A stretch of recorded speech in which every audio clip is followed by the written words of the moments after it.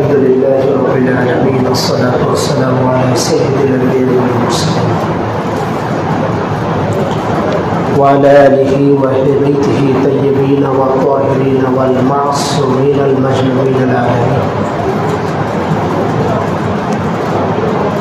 أعوذ بالله من الشيطان الرجيم. بسم الله الرحمن الرحيم. ولنبلونكم بشيء من الخوف والجوع ونقص من الأموال والأنفس والثمرات وبشر الصابرين.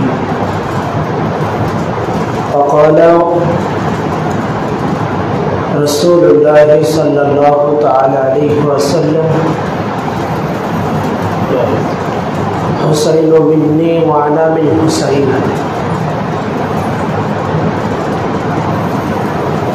উপস্থিত মুহিব্বানে আহলে বাইত রাসূল, গুলামানে হাসনাইন কারামাইন, আজাদারানে ইমামে আলী মাকাম, সকলকে জানাই সৈয়দুল শুহাদা শহীদে কারবালা সাইয়্যিদিনা ইমামে আলী মাকামের শাহাদাত পাকের শোক সমবেত। মুহররম শরীফের চাঁদ উদিত হওয়ার পর থেকে ঢাকা মসজিদে খানকায়ে কাদেরিয়া পাকে মুহররম পাকের মজলিস পাকের সাথে সাথে জিক্রে ইমামে আলী মাকাম, জিক্রে শাহাদাতে ইমামে হুসাইন আলাইহিস সালাতু ওয়াস সালামের তাজকিরা জিকির চলছে। আমি শুরু করতে চাচ্ছি 2রা মুহররমে মওলানা লুৎফর রহমান কাদেরী সাহেব যেখানে আলোচনা রেখে গিয়েছিলেন ওখান থেকে আমি স্টার্ট করতে চাচ্ছি, কারণ গতকালকের আলোচনাটা ছিল ওই দিনের মাউজু হিসাবে গতকালকের আলোচনা ছিল না, যার কারণে গতকালকের আলোচনাটা আজকে আমি করতে চাচ্ছি। আমার উদ্দেশ্য ছিল, মাকসুদ ছিল অন্য বিষয় নিয়ে আলাপ আলোচনা। যেহেতু কালকের আলোচনাটা গ্যাপ পড়েছে, 3রা মুহররমে ঐতিহাসিক কিছু ঘটনা কারবালায় ঘটে গেছে, ওইটা আমি যাতে অপূর্ণতা না থাকে যার কারণে ওখান থেকে শুরু করতে যাচ্ছি। সেটা হচ্ছে 2রা মুহররমুল হারামে ইমামে আলী মাকাম তো মক্কাতুল মদিনা শরীফ থেকে তো 28শে রজব 60 হিজরিতে রওনা হয়েছে এবং মক্কাতুল মুকাররমা থেকে নিজের হজ বন্ধ করে 8ই জিলহজে উনি কুফার উদ্দেশ্যে ওনার কাফেলা নুরানি ইরফানি জিসমানি কাফেলা মুবারক নিয়ে উনি ছুটে চলেছে। তো আস্তে আস্তে আস্তে আস্তে এই যে 6 মাসের সফর, ওনাদের কতটা রাস্তার মধ্যে জুলুম হয়েছে, তখলিফ হয়েছে, হাজারো জুলুম তখলিফ রাঞ্জকে উপেক্ষা করে ময়দানে কারবালাতে 2রা মুহররমুল হারাম এসে পৌঁছে। আপনারা জানেন 2রা মুহররমে প্রায় 10 থেকে 12,000 সৈন্য ইমাম পাক আসার সাথে সাথে লস্কর ইয়াজিদরা এসে ইমাম পাককে ঘেরাও করে ফেলে এবং সেই জায়গাতে হুর ইবনে ইয়াজিদ রুহাইল সে ইমাম পাকের কাছে এসে বিনয়তার সাথে বলতে লাগে যে কারবালাতে আসার পরে আপনি যেটা দেখেছেন, আপনার যে চিঠি লিখে আপনাকে দাওয়াত করা হয়েছে সেই চিঠিগুলোর ভাষা আর এদের দিলের মাকসুদগুলো এক নয়, আপনি এখান থেকে পালিয়ে যান। ইমাম পাক যেহেতু দ্বীন ও ধর্মকে বাঁচানোর জন্য মদিনা শরীফ হয়ে মক্কাতুল মুকাররমা হয়ে উনি রওনা করেছেন, সেহেতু ওনার ইচ্ছা মাকসুদ হচ্ছে কারবালাতে নিজের জান ও রক্ত মুবারকের সাদকাতে ইসলামকে প্রতিষ্ঠিত করা। তারপরে যেহেতু ওনার সাথে আরো ওনার সফর সঙ্গী ছিল, তাদের দিকে তাকিয়ে উনি দোসরাই মুহররমে ছুটতে লাগলেন। সন্ধ্যার পর থেকে উনি ছুটে চলছেন। সারা রাত সফর করার পরে ফজরের ওয়াক্তে একটা জায়গায় নিজের ঘোড়া মুবারককে দাঁড় করিয়ে দিলেন। সুবে সাদিক হয়ে গেল, সূর্য উদয় হয়ে গেল। ইমাম পাক দেখলেন যে জায়গা থেকে রওনা করেছিলেন ওই জায়গাতেই আবার এই নুরানি ইরফানি কাফেলা মুবারক চলে এসেছে। তখন ইমাম পাক বললেন, আর দেরি করা যাবে না, এখানে আমাদের তাবু খেমা তৈরি করো। ফোরাত নদীর পাশে ইমাম পাক তেসরাই মুহররমুল হারাম পাকে হযরতে ইবনে আব্বাস রাদিয়াল্লাহু তাআলা যিনি কারবালা শরীফের সেনাপতি ছিলেন, তাকে হুকুম করলেন যে ফোরাত নদীর পাশেই আমাদের তাঁবুগুলো নির্মাণ করো। যখন তাঁবুগুলো নির্মাণ করতে লাগলেন, তার আগে এসে কিছু লোক বাধাগ্রস্ত হল যে আমরা আপনাকে ফোরাত নদীর পাশে তাঁবু তৈরি করতে দিব না, কারণ আপনাদের জন্য পানি দেওয়া নিষেধ আছে, আমরা পানিকে বন্ধ করে দিয়েছি। এদিকে ইমামে আলী মাকাম যখন জানলেন যে এটা কারবালা, এই জমিনই আমার জন্য মকবুল হয়েছে, তখন উনি জিজ্ঞাসা করলেন এই জমিনটা কাদের। যদিও আমি এই বক্তব্য গত বছর আমি করেছিলাম তেসরাই মুহররমে, তো এবার ইচ্ছা ছিল না, যেহেতু গ্যাপ পড়েছে ওই জন্য আমি আপনাদের আবার একবার স্মরণ করিয়ে দিচ্ছি।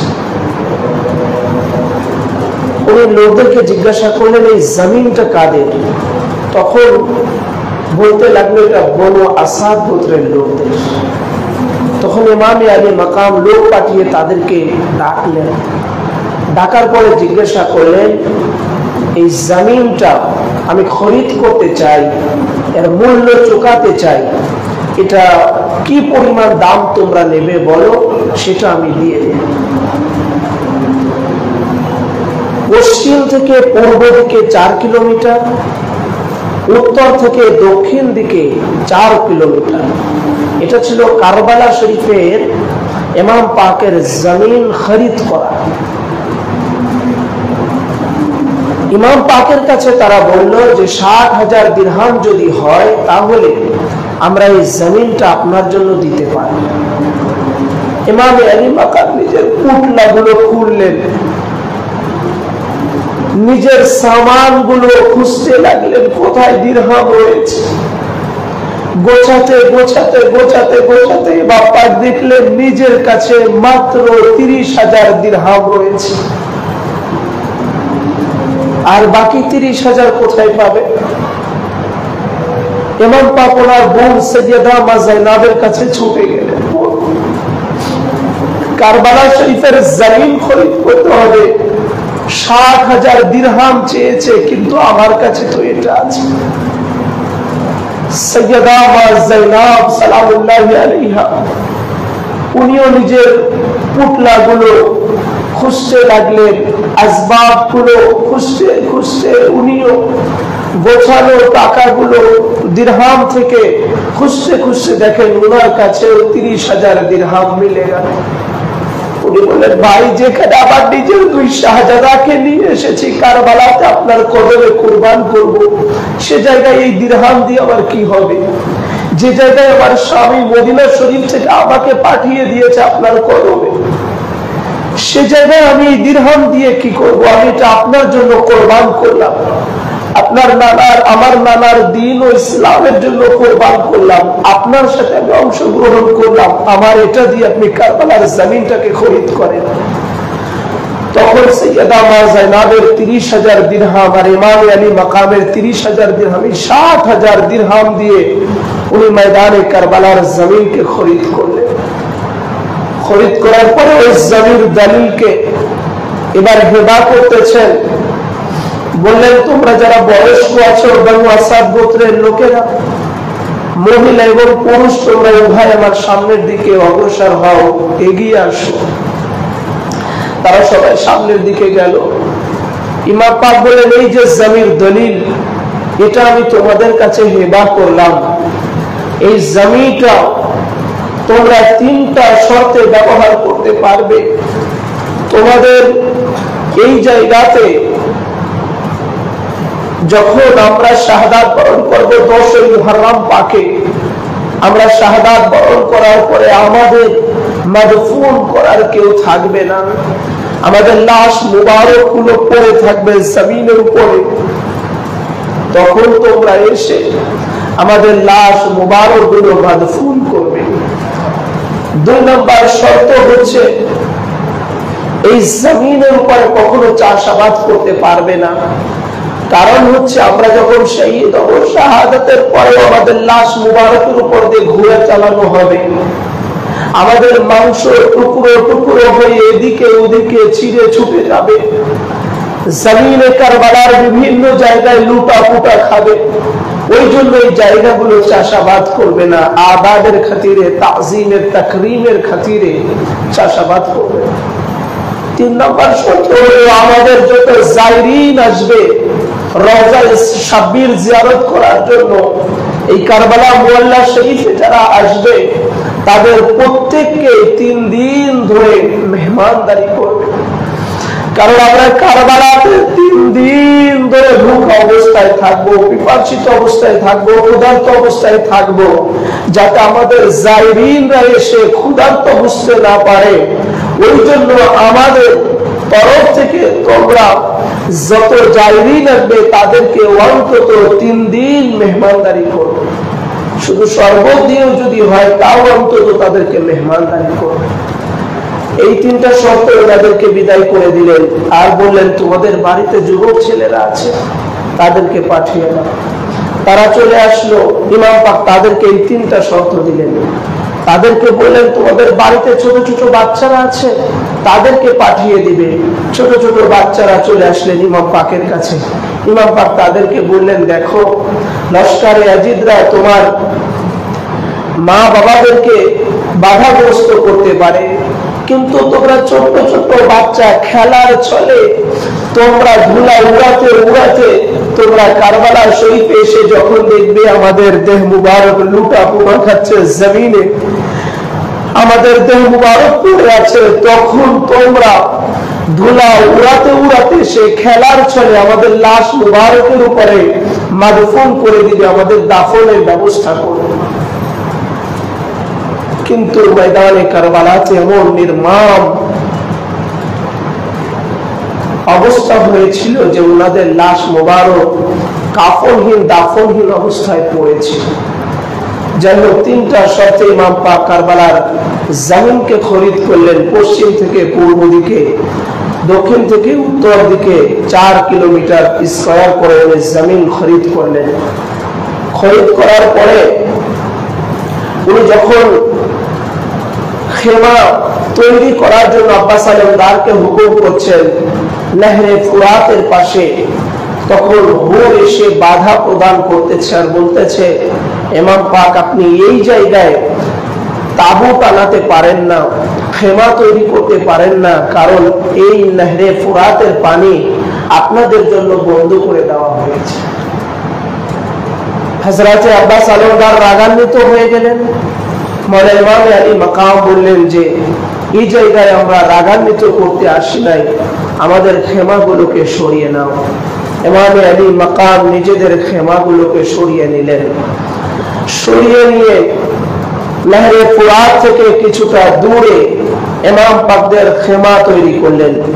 3রা মুহররম শরীফে যখন ইমাম আলী মাকাম ময়দানে কারবালাতে এসে পৌঁছে গেলেন, খেমা তৈরি করতেছেন, যখন তাবু টানানোর জন্য প্রস্তুতি নিচ্ছেন, যে জায়গাতে আঘাত করছেন সেখান থেকেই তাজা রক্ত প্রবাহিত হচ্ছে। জমিনে কারবালার যে জায়গাতে গর্ত করা হচ্ছিল সেখান থেকেই তাজা রক্ত প্রবাহিত হচ্ছে। এবং এই 3রা মুহররমে ইমাম আলী মাকামের যখন তাবু টানানো হয়ে গেল, ওনাকে চতুর্দিকে ঘেরাও করে প্রায় 10 থেকে 12,000 সৈন্য ওনার চারপাশে ঘেরাও করে রেখেছে। ইমাম আলী মাকাম 3রা মুহররমে ওনার যারা সফর সঙ্গী ছিলেন তাদের উদ্দেশ্যে ভাষণ দিলেন, খুতবা দিলেন। ইমাম আলী মাকাম বললেন যে ময়দানে কারবালায় আমরা এতটা রাস্তা সফর করে এসেছি, এতটা পথ অতিক্রম করে এসেছি, আমাদের কাছে তো খাবারও শেষ হয়ে যাচ্ছে, আমাদের কাছে তো পানিও শেষ হয়ে যাচ্ছে, এদিকে নহরে ফুরাতের পানিগুলো আমাদের জন্য নিষেধ করে দিচ্ছে। তাহলে আমার যারা সঙ্গী আছো, সফর সঙ্গী আছো, ইমাম আলী মাকাম তাদেরকে বলতেছে তোমাদের তো কষ্ট হবে।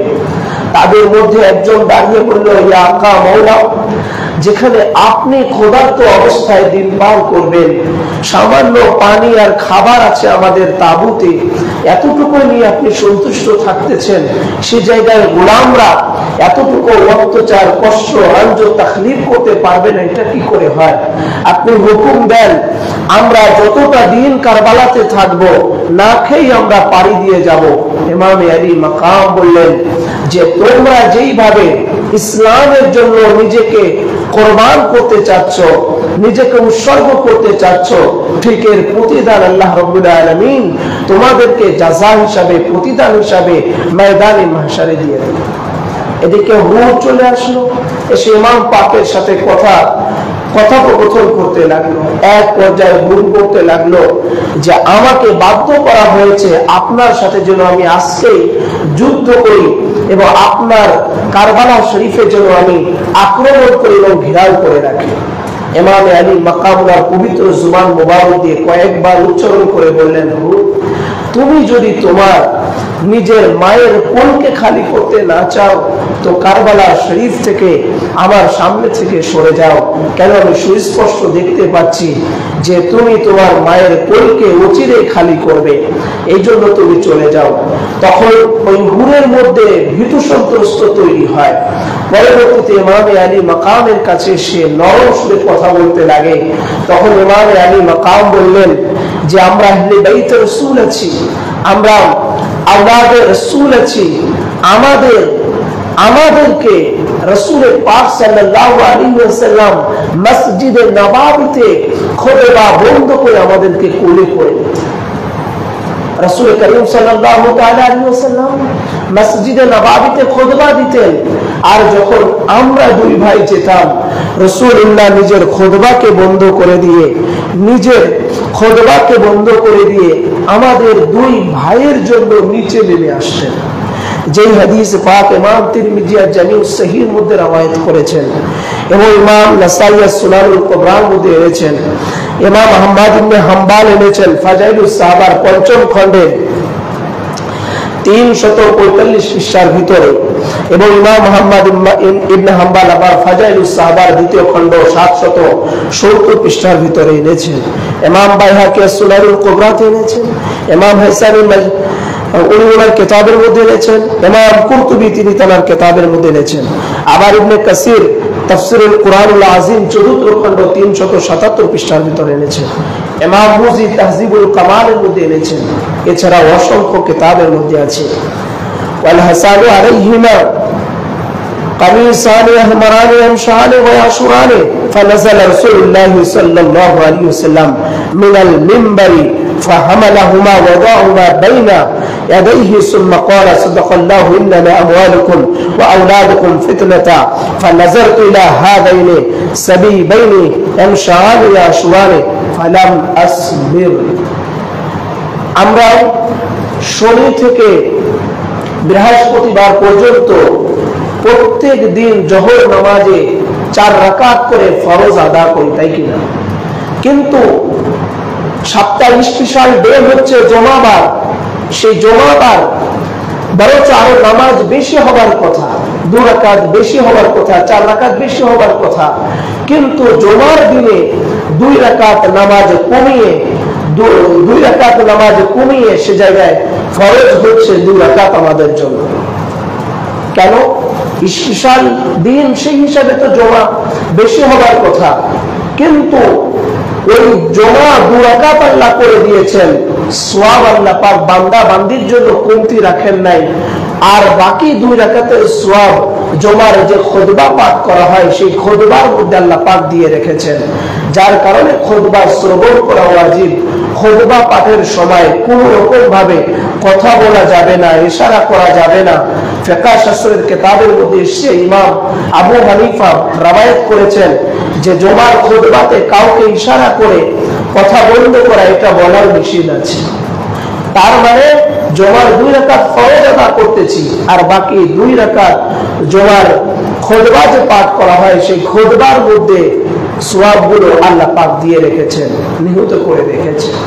সেই খুতবা যেখানে কথা বলা নিষেধ সে জায়গায় রাসূল করিম সাল্লাল্লাহু আলাইহি সাল্লাম হাদিস রওয়ায়াত করতেছেন, যেগুলো আমরা 10টা কিতাব থেকে রেফারেন্স শুনলাম। রাসূল করিম সাল্লাল্লাহু আলাইহি সাল্লাম দেখলেন যে ইমাম হাসান আর ইমাম হুসাইন আসতেছেন মসজিদে নববীতে, টলবল করে পড়ে যাচ্ছিলেন। রাসূল বলেন ফালাম আসবির, আমি ধৈর্য ধারণ করতে পারলাম না। ফানাজালা আলাল মিম্বারি, আমি সাথে সাথে মিম্বার থেকে নেমে গেলাম আর আমার 2 শাহজাদা ইমাম হাসান আর ইমাম হুসাইনকে কোলে নিয়ে খুতবা দেওয়া শুরু করলাম। যত দুনিয়ার মধ্যে মসজিদ আছে, কোন মসজিদের ইমাম সাহেব যদি নিজের বেটাদেরকে কোলে নিয়ে খুতবা দিতে যায়, সে জায়গায় মুসল্লিরা সাথে সাথে তার চাকরিচ্যুত করে দিবে, তাকে আর দায়িত্ব রাখবে না। সেই জায়গায় কায়নাতে মুস্তাফা রাহমাতুল লিল আলামিন, দো জাহানের বাদশা রাসূলুল্লাহ আল্লাহর খুতবাকে বন্ধ করে দিয়ে ইমাম হাসান আর ইমাম হুসাইনকে কোলে নিয়ে খুতবা দিলেন। আর রাসূল বলতেছেন ফালাম আসবির, আমি ধৈর্য ধারণ করতে পারলাম না, সহ্য করতে পারলাম না হাসান হুসাইনের পুড়ে যাওয়াটাকে, আমি সাথে সাথে তাদেরকে কোলে করে দিলাম। 2 খুতবার মাঝখানে যে বসা হয়, ওই যে রাসূল করিম সাল্লাল্লাহু আলাইহি ওয়াসাল্লাম হাসান আর ইমাম হুসাইন আলাইহিস সালামকে আনতে গেলেন, ওটাই বিরতি।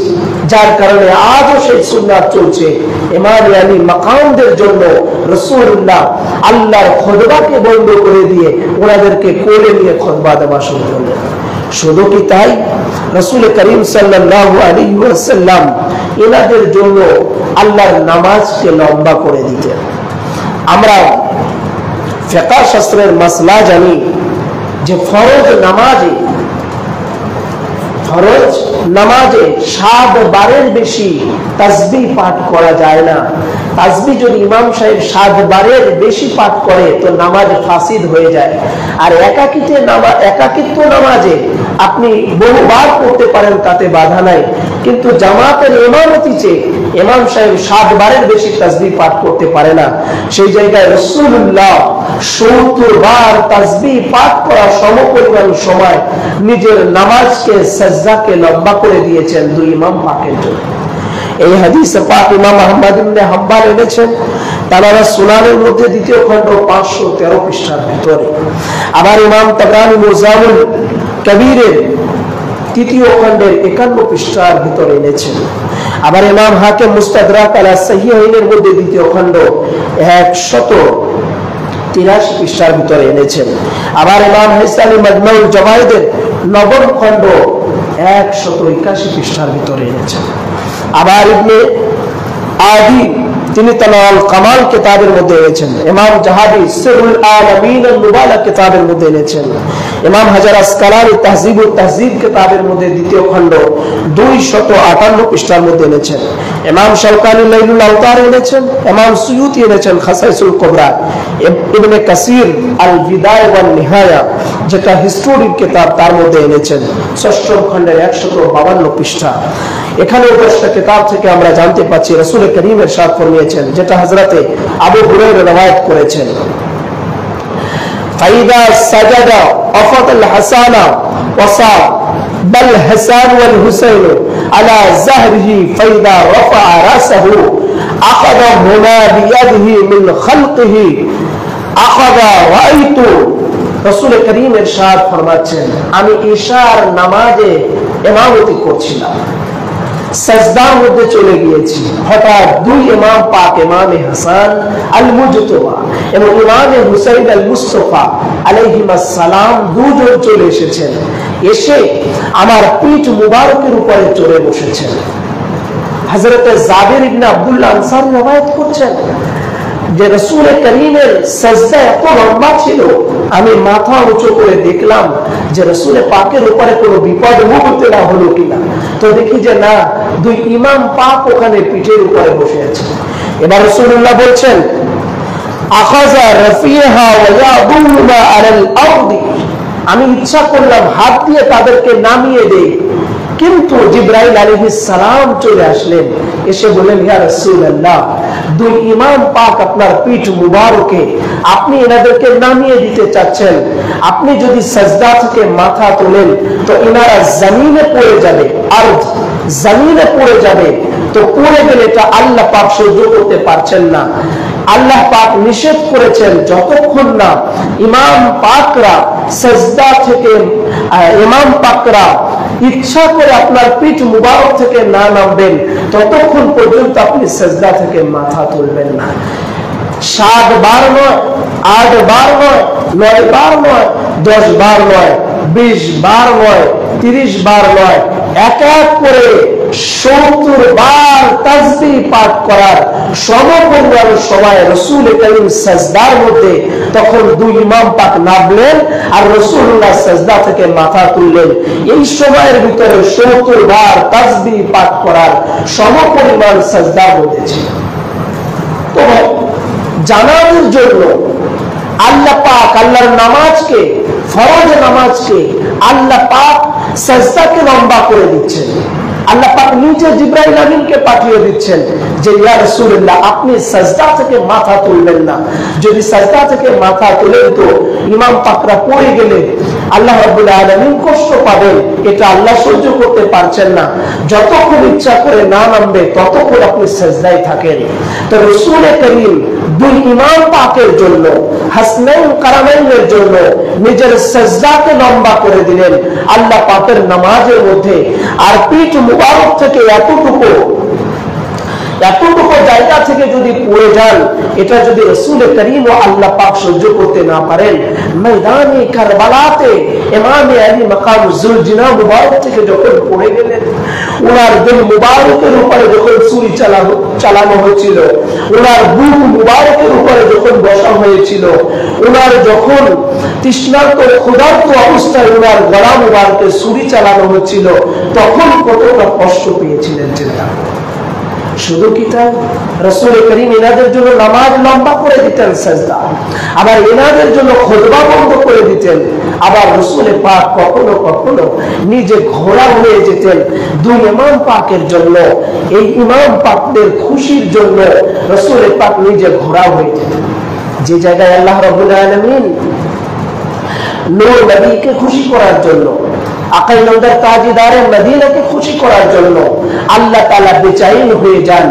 আল্লাহ পাকের রাসূল বাইতুল মাকদিসের দিকে নামাজ পড়তেছেন আর বারবার আকাশের দিকে তাকাচ্ছেন, যে ইচ্ছা ও খাবাইশ হচ্ছে কিবলা যদি বাইতুল্লাহ শরীফ হতো, কাবা শরীফের দিকে হতো, কতই না ভালো হতো।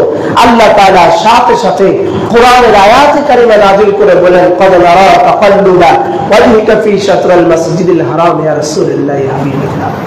আপনার ইচ্ছা খাবাইশ কিবলাকে পরিবর্তন করা বাইতুল্লাহর দিকে, আপনি কিবলা পরিবর্তন করেন। ওয়ামান তাওদাহা, আপনি যাহাতে রাজি আমি তাহাতে রাজি, আপনি যাহাতে সন্তুষ্ট আমি তাহাতে সন্তুষ্ট, আপনার খুশি আমার খুশি।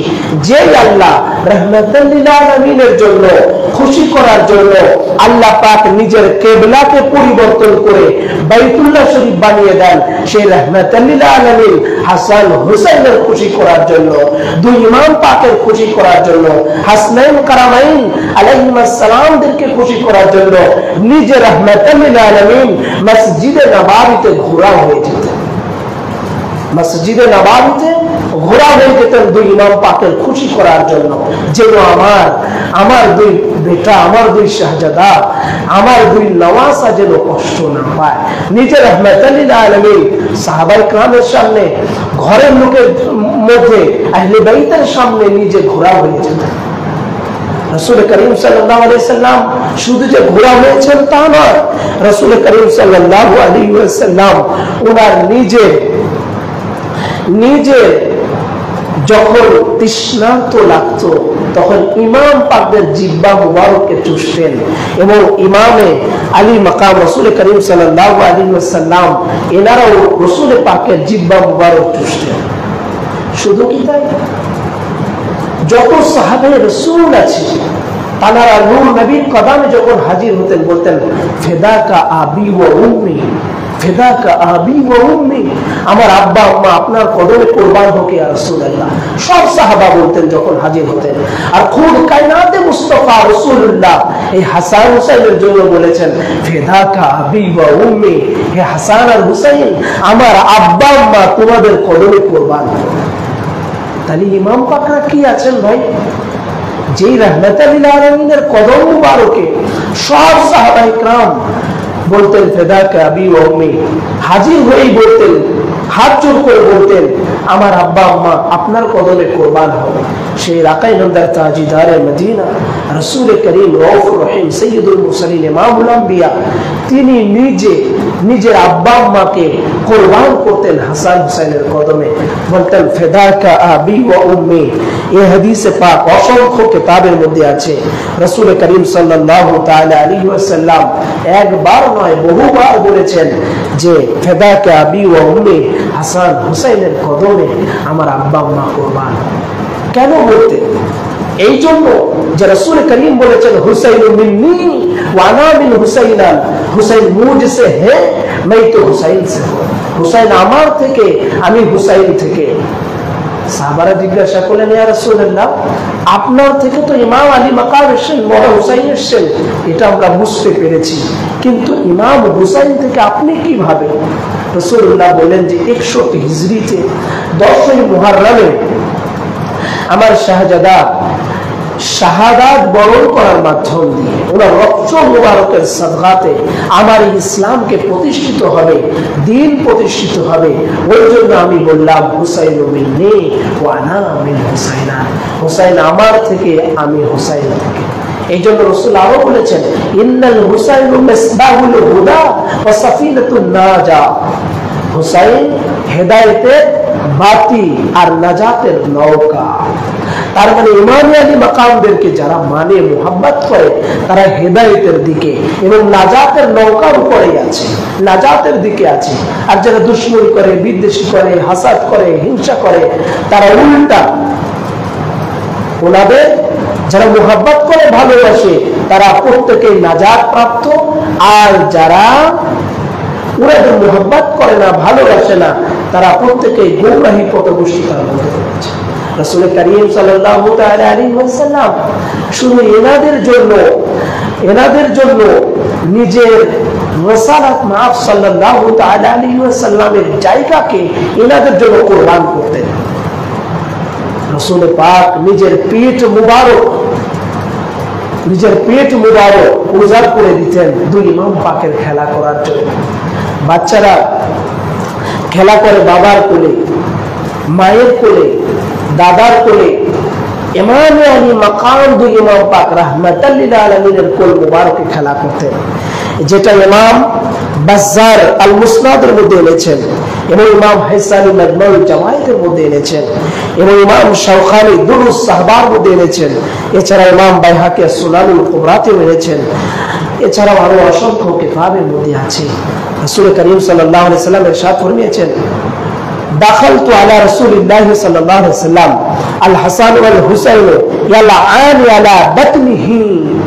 রাসূল বলেন সাহাবায়ে کرام যখন রাসূল পাকের ঘরে ঢুকতেন গিয়ে দেখতেন রাসূল পাকের পেট মুবারকের উপরে ইমামে হাসনাইন কারামাইন আলাইহিস সালাম ওনারা দুজন খেলা করতেছেন ওনার পেট মুবারকের উপরে।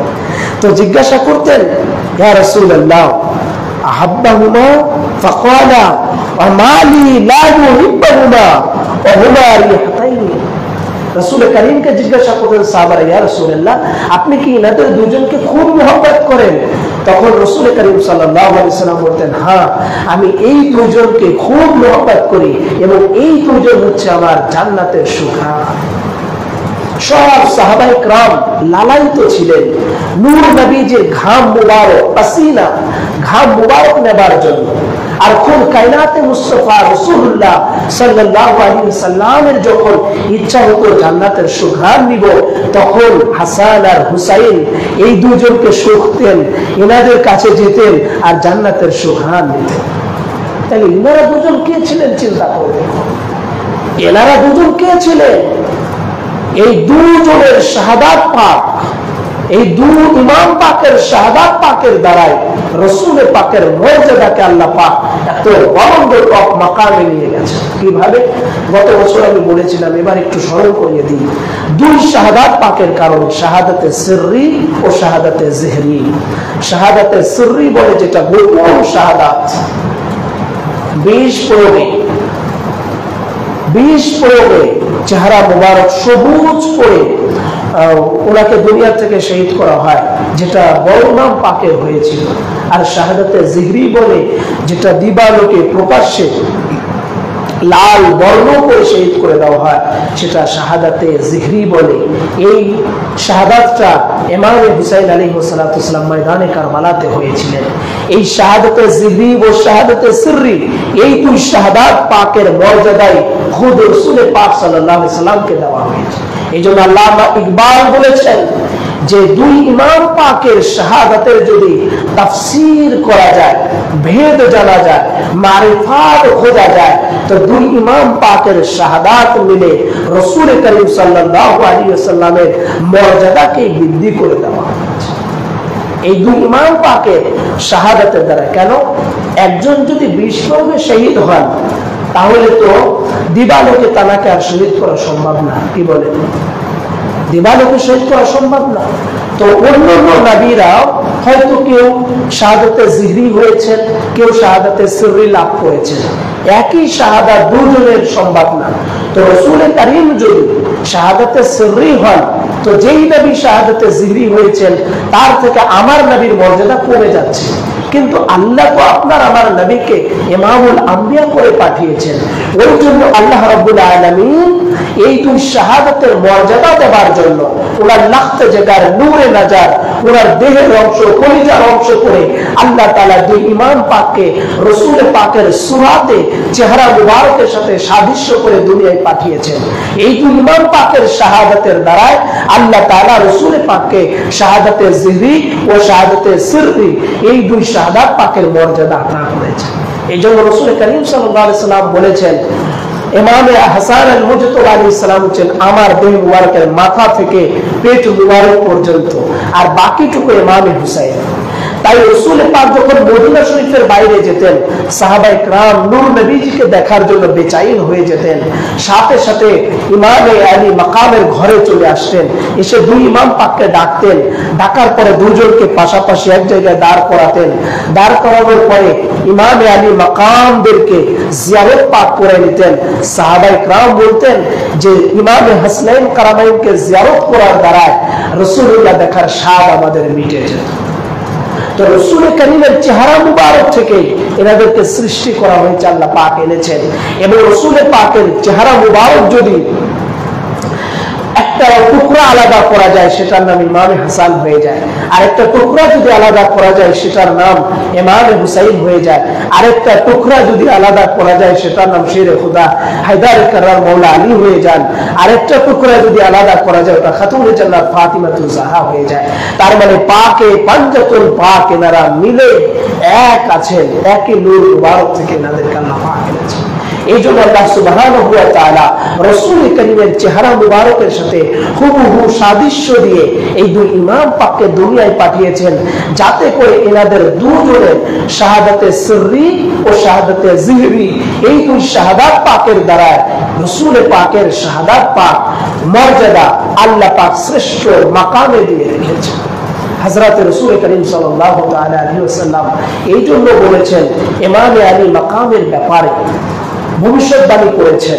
এবং ইমামে আলী মাকামের ব্যাপারে, এই শাহাদাত পাকের ব্যাপারে, এই যে ময়দানে কারবালাতে শাহাদাত পাকের ব্যাপারে রাসূল করিম ভবিষ্যৎবাণী করেছেন অসংখ্যবার। এবং মাওলা আলী আলাইহিস সালামও এসেছিলেন সিফিনের যুদ্ধতে যাবার সময় এই কারবালা শরীফে উনি এসেছিলেন। এইভাবে করে রাসূল পাক এবং মওলা আলী আলাইহিস সালাম অসংখ্যবার ভবিষ্যৎবাণী করেছেন। ইনশাআল্লাহ আজিজ আগামীকালকে আমরা আলোচনা শুনব যে রাসূল করিম সাল্লাল্লাহু তাআলা আলাইহি ওয়াসাল্লাম ইমামে আলী মাকামের শাহাদাত পাকের জন্য ভবিষ্যৎবাণী করেছেন।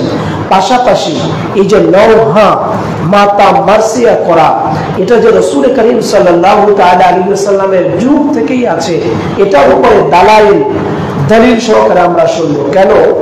কারবালা শরীফের আশুরার রাত্রে আমি এখানে আসার সুযোগ হবে আমার, ওই দিন আমি পুরো কারবালার শাহাদাত পাকের ঘটনাগুলো বলবো। ইমাম পাকের শাহাদাত পাক, মওলা আলী আসগর আলাইহিস সালামের শাহাদাত পাক, মওলা আব্বাস আলমদার আলাইহিস সালামের শাহাদাত পাক, মওলা আবুল কাসিম আলী আকবর আলাইহিস সালাম, প্রত্যেক হযরতে আহলে বাইতের শাহাদাত পাকের ঘটনাগুলো ওই দিন বলবো। তো আগামীকাল বলতে চাচ্ছি যে ইমাম পাকের যে শাহাদাত পাকের ভবিষ্যৎবাণী করেছেন এইটার উপরে। তার কারণ হলো, যদি আমি দলিল ডকুমেন্টারি আমরা না বলি, কারবালার ঘটনা ওয়াকিয়া সবাই কম বেশি জানে, আমাদের পীর ভাইদের অনেক ছেলে মেয়েরা লাইনচ্যুত হয়ে যাচ্ছে এই ডকুমেন্টারি আমাদের বক্তব্য না থাকার কারণে।